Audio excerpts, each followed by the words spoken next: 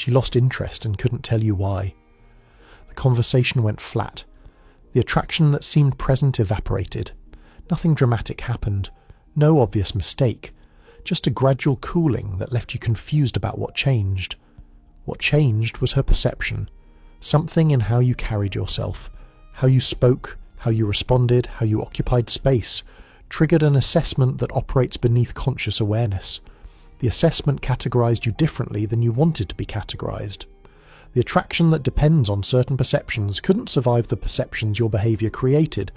Masculine and feminine aren't just physical characteristics, they're energetic patterns, behavioral tendencies, ways of moving through the world that communicate something about who you are and what you're capable of.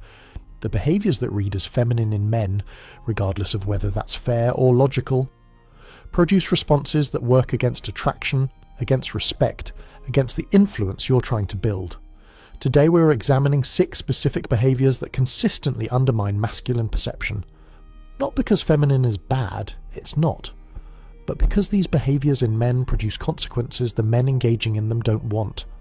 The woman who loses interest, the colleagues who don't take you seriously, the respect that never materializes despite your capabilities. The pattern is consistent enough to map clearly. Understanding what's happening provides the opportunity to change what's happening. The behaviors aren't personality, they're habits. Habits developed unconsciously can be modified consciously. The man who recognizes what he's doing can stop doing it, if he decides the outcomes he wants matter more than the patterns he's established. The first behavior reads as fundamentally feminine regardless of content. Excessive vulnerability disclosure. The man who shares his weaknesses, struggles, and insecurities too openly, too quickly, or with too little strategic purpose, creates perception that follows him everywhere he goes. The impulse often comes from good place. Authenticity matters. Connection requires vulnerability. The culture celebrates openness. These messages have validity in certain contexts, but their validity isn't universal. Context determines whether vulnerability serves you or undermines you. Watch what happens when you disclose struggle to someone who isn't invested in your success. The information gets filed. The weakness you revealed becomes known. The knowledge doesn't produce support, it produces positioning. The person now knows where you're vulnerable. How they use that knowledge depends on their intentions and interests, not on your hope that honesty will be reciprocated. Financial struggles disclosed become leverage for others who might exploit financial desperation. Emotional wounds revealed become buttons others know they can push. Career setbacks shared become reasons others don't advocate for your advancement. The disclosure that felt like authentic connection was actually intelligence gathering you cooperated with. The alternative isn't deception. The alternative is selectivity. The struggles you share should go to people who've earned access through demonstrated loyalty. The weaknesses you reveal should serve strategic purpose rather than emotional impulse. The authenticity that serves you involves choosing what to reveal and to whom, not reflexive disclosure to anyone who seems interested.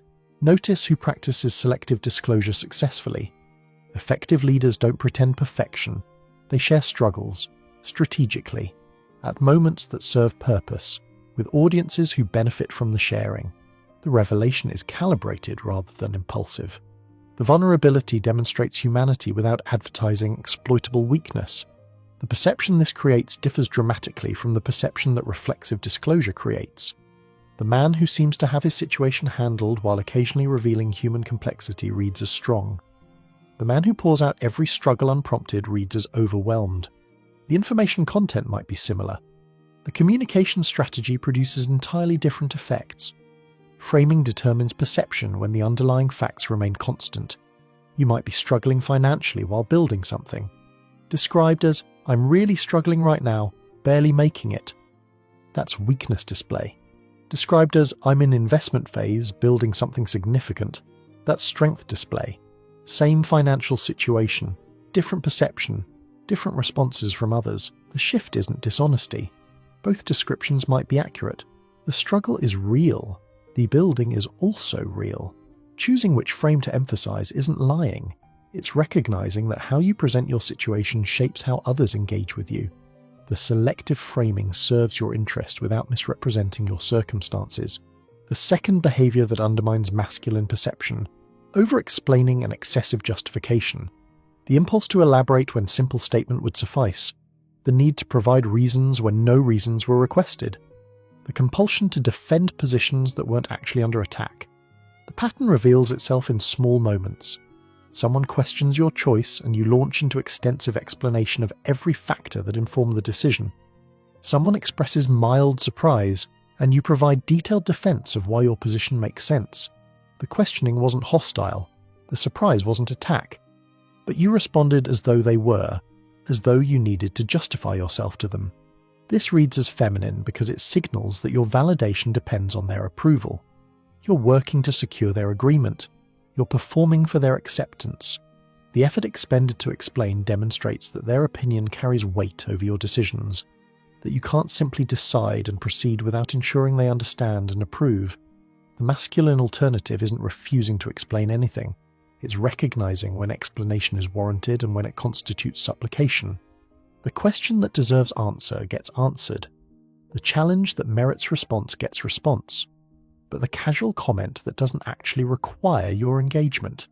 The mild questioning that isn't seeking your justification. These don't require the elaborate performance you've been providing. The practice involves shortening. When you catch yourself launching into explanation, stop. Ask whether explanation was actually requested. Ask whether your decision actually requires their understanding. Usually the answer is no. The explanation you were about to provide would serve your anxiety about their judgment rather than any practical purpose. Watch high-status men interact. They state positions. They move forward. The extensive justification that lower-status men provide simply doesn't occur. Not because they can't explain.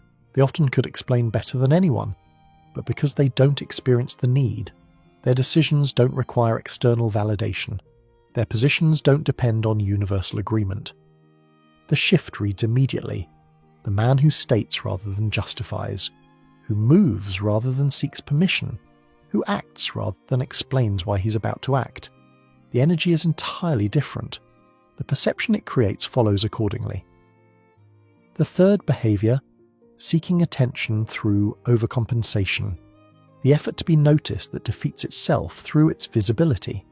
The reaching for recognition that signals the desperation it emerges from. This appears in multiple forms. The loud entrance designed to capture the room's attention. The story told too enthusiastically, with too much performance, trying too hard to impress. The achievement mentioned repeatedly to ensure everyone registers its significance. The display of status markers positioned for maximum visibility. Each instance shares underlying structure, wanting to be seen and working visibly to achieve the seeing. The paradox. The effort to be noticed makes you less impressive when noticed. The reaching for attention signals that you don't expect attention to come naturally. The performance indicates that without performance, you'd be overlooked. The very effort communicates what it's trying to compensate for. Genuine presence doesn't reach. It occupies. The man who commands attention doesn't work for it. Attention flows toward him because of what he is, rather than what he's demonstrating he wants. The difference between magnetism and desperation lies precisely in whether effort is visible. The practical application involves reduction. Stop the extra gestures. Stop the volume increase. Stop the performance intensity that you've been calibrating to generate response. Let the room exist without your effort to control it. Let conversations proceed without your attempt to dominate them. Let your qualities operate without your amplification. The adjustment feels dangerous initially. If you stop reaching, maybe you disappear. If you stop performing, maybe you're overlooked. The fear is understandable. The fear is also what drives the behavior that undermines you. The reaching happens because you're afraid that without reaching, you won't be seen. But presence without reaching produces different outcomes than reaching without presence.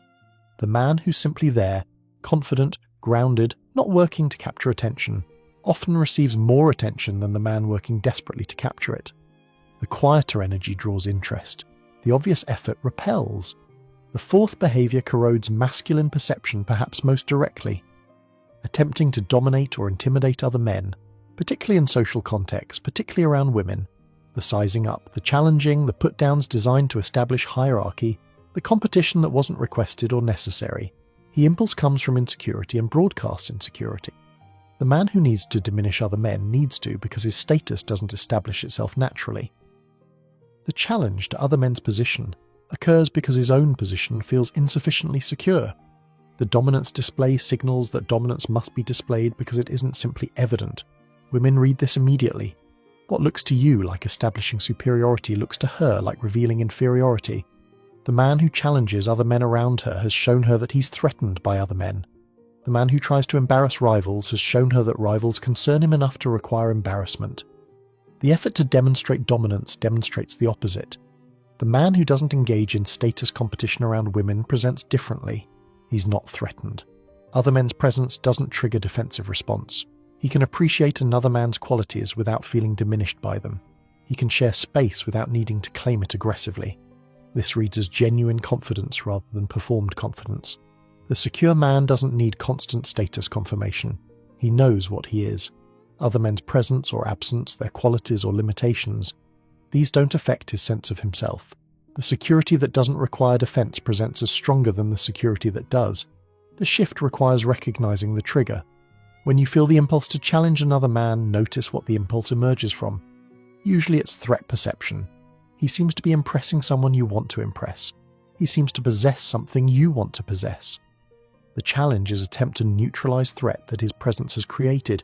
Instead of following the impulse, examine it. What threat actually exists? If she's going to choose him, your challenging him won't change that. If you have value, demonstrating it doesn't require diminishing him. The challenge accomplishes nothing constructive while revealing the insecurity that prompted it. The fifth behavior, uncontrolled emotional reactivity. The responses that emerge before deliberation occurs. The feelings that display themselves involuntarily. The internal state that becomes external state without filtering intervening. Emotional experience is universal. Everyone feels frustration, anxiety, anger, hurt. The experience of emotion doesn't distinguish people. What distinguishes is the relationship to emotional experience, whether emotions drive behavior automatically, or whether space exists between feeling and response. The man whose emotions visibly control him appears controlled by his emotions. The frustration that reads on his face immediately, the anger that produces raised voice reflexively, the hurt that generates defensive response automatically. Each instance shows the observer that his internal state determines his external behavior, that whatever he's feeling will appear without processing. This reads as feminine because emotional reactivity is associated with feminine psychology, whether or not that association is fair. The man whose emotions operate this way triggers assessments that may be socialized rather than innate, but produce real consequences regardless of their origin. The alternative isn't suppression. Suppression of emotion produces its own problems. The pressure accumulates, leaks out in other ways, damages health. The alternative is space, the gap between experiencing the emotion and expressing it. The moment of recognition, I'm feeling this, that precedes deciding whether and how to let it show. This space is trainable. Meditation practices develop exactly this capacity, noticing what you're feeling without immediately becoming what you're feeling. The recognition produces choice. Choice produces deliberate response rather than automatic reaction. The deliberate response might look similar to the automatic one. You might choose to express the anger you're feeling, but the chosen expression differs from the compulsive expression. Others perceive the difference even when they can't articulate it. Something about controlled anger differs from something about uncontrolled anger. The presence of choice changes the energy entirely. Non-verbal elements particularly reveal emotional control or its absence. The face that betrays every feeling, the body that tenses visibly when threat appears, the energy that shifts noticeably with circumstance. These signals operate beneath verbal communication and often contradict whatever words are being spoken. The stoic face isn't enough if the body tells different story. Emotional control is full-body phenomenon, the breathing that remains steady, the posture that stays grounded, the movements that don't accelerate when internal state intensifies. Comprehensive control produces the perception of steadiness that partial control doesn't achieve. The sixth behavior, naive trust and failure to recognize different operating systems. The assumption that everyone plays by the same rules you play by. The expectation that honesty given will be honesty received. The belief that good intentions protect against those who don't share them. This reads as weakness because it is weakness. The man who can't recognize when someone operates from different rule set will be exploited by everyone who does. The naivety isn't charming, it's liability. The people who recognize it will use it. The only ones who won't are the ones who share his naivety. Different people approach relationships differently. Some prioritize mutual benefit. Some prioritize extraction. Some operate honestly. Some operate strategically. Some reciprocate investment. Some consume investment without reciprocating.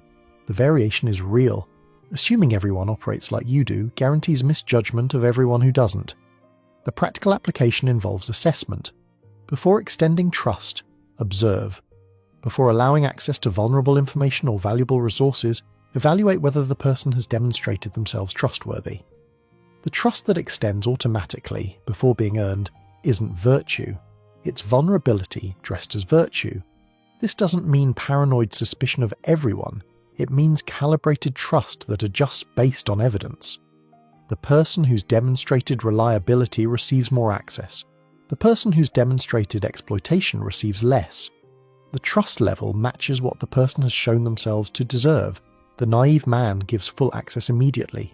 He shares everything, assumes good intentions, operates from complete vulnerability. The sophisticated man controls access deliberately. Information flows outward in proportion to demonstrated trustworthiness. Resources become available as reliability is established. The protection remains until evidence supports lowering it. The sophisticated approach isn't cynical, it simply recognizes reality. Some people will exploit what you make available. Not most, not all, but some. Protecting against the some while remaining open to the many is balance the naive position doesn't achieve. These 6 behaviors, vulnerability oversharing, excessive justification, attention-seeking, male intimidation, emotional reactivity, naive trust, share underlying structure. Each signals that your sense of self depends on external validation or collapses under minimal pressure. Each communicates that control resides outside you rather than within you. Masculine perception emerges from the opposite signals: internal locus, self-contained validation, stability that doesn't require external confirmation, the presence that doesn't reach because it doesn't need to, the confidence that doesn't defend because it isn't threatened. The transformation isn't about pretending. Pretending produces unconvincing performance that reads as exactly what it is. The transformation involves actually developing the internal state that the external behaviors would naturally emerge from. Internal confidence produces different behavior than performed confidence. The man who genuinely doesn't need validation doesn't seek validation. He's not suppressing the seeking through willpower. He simply doesn't experience the need. The man who genuinely isn't threatened by other men doesn't challenge them. He's not restraining himself from challenging. He simply doesn't feel the impulse. The development of internal state is slower work than behavior modification. You can stop oversharing immediately by simply deciding to share less. But developing the internal security that makes the oversharing impulse disappear, that takes longer. That involves genuine self-development rather than tactical adjustment. Both approaches have value. The immediate behavioral changes produce immediate perception changes. The longer-term internal development produces sustainable changes that don't require constant effort to maintain. Strategic thinking accompanies internal development. The understanding that perception matters regardless of underlying reality. That framing affects how others engage with you. That tactical awareness doesn't contradict authentic character, it complements it. The naive view holds that pure authenticity should suffice. Just be yourself. If yourself involves the 6 behaviors, just do those behaviors, and the right people will respond correctly. This view ignores how perception actually functions, how communication actually operates, how social reality actually works. The sophisticated view recognizes that authenticity and strategy coexist. You can be genuine while also being smart about how you present yourself. You can be honest while also being selective about what you reveal. You can be yourself while also understanding how different versions of yourself produce different responses. The adjustment isn't about becoming someone you're not. It's about removing behaviors that don't serve you and don't represent your best self anyway. The oversharing isn't your truest expression. It's anxious impulse. The justification isn't your authentic voice. It's insecurity speaking. The attention seeking isn't your real presence. It's compensation for feeling invisible. The removal of these behaviors doesn't eliminate who you are.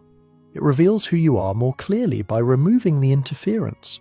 The signal that remains once the noise is cleared is actually you, the capable, grounded, secure version that the noise was obscuring. Women respond to this signal, not because they're consciously evaluating masculine versus feminine behaviors, because their attraction mechanisms are calibrated to certain qualities, and the behaviors you've been displaying interfere with those qualities registering. The man who stops the 6 behaviors doesn't become a different person. He becomes the person who was always there but wasn't visible through the interference. The woman who becomes attracted to him isn't attracted to performance. She's attracted to what becomes visible when the performance stops. Professional contexts respond similarly. The respect that the 6 behaviors prevented becomes available when the behaviors cease. The colleagues who couldn't take you seriously find themselves taking you seriously, without knowing what changed. The influence you wanted becomes possible because you stopped undermining it. The consistency matters. Occasional lapses don't destroy the perception you're building, but the habits you're replacing were consistent, and the replacements need to become equally consistent. The transformation is complete when the new patterns are automatic, when you don't have to think about not oversharing, because oversharing no longer occurs to you. The specific adjustments are clear. Stop disclosing vulnerability to people who haven't earned access. Stop justifying yourself when justification wasn't requested. Stop reaching for attention you want to flow toward you naturally. Stop challenging other men to establish status that should establish itself. Stop letting emotions drive behavior automatically. Stop extending trust before evidence warrants it. Each adjustment can begin today. The decision to change precedes the change. Making the decision, genuinely, not performatively, initiates the process. The execution follows the commitment. Some men resist because the behaviors feel natural. That's just who I am. But the behaviors developed. They weren't original equipment. The patterns emerged through experience, modeling, and reinforcement. What developed can be replaced by development of different patterns. Some men resist because change feels manipulative.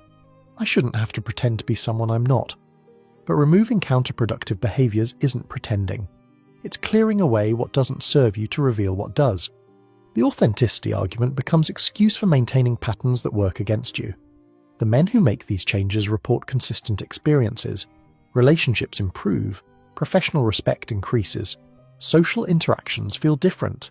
The changes produce effects because the changes address real dynamics that were operating whether or not they were recognized. The effects compound over time. The initial changes feel effortful. The new patterns require conscious maintenance, but eventually they become automatic. The effort disappears because the new patterns have become as natural as the old patterns once were.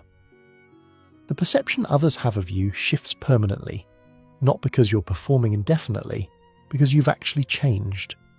The development that began with tactical adjustment became genuine transformation.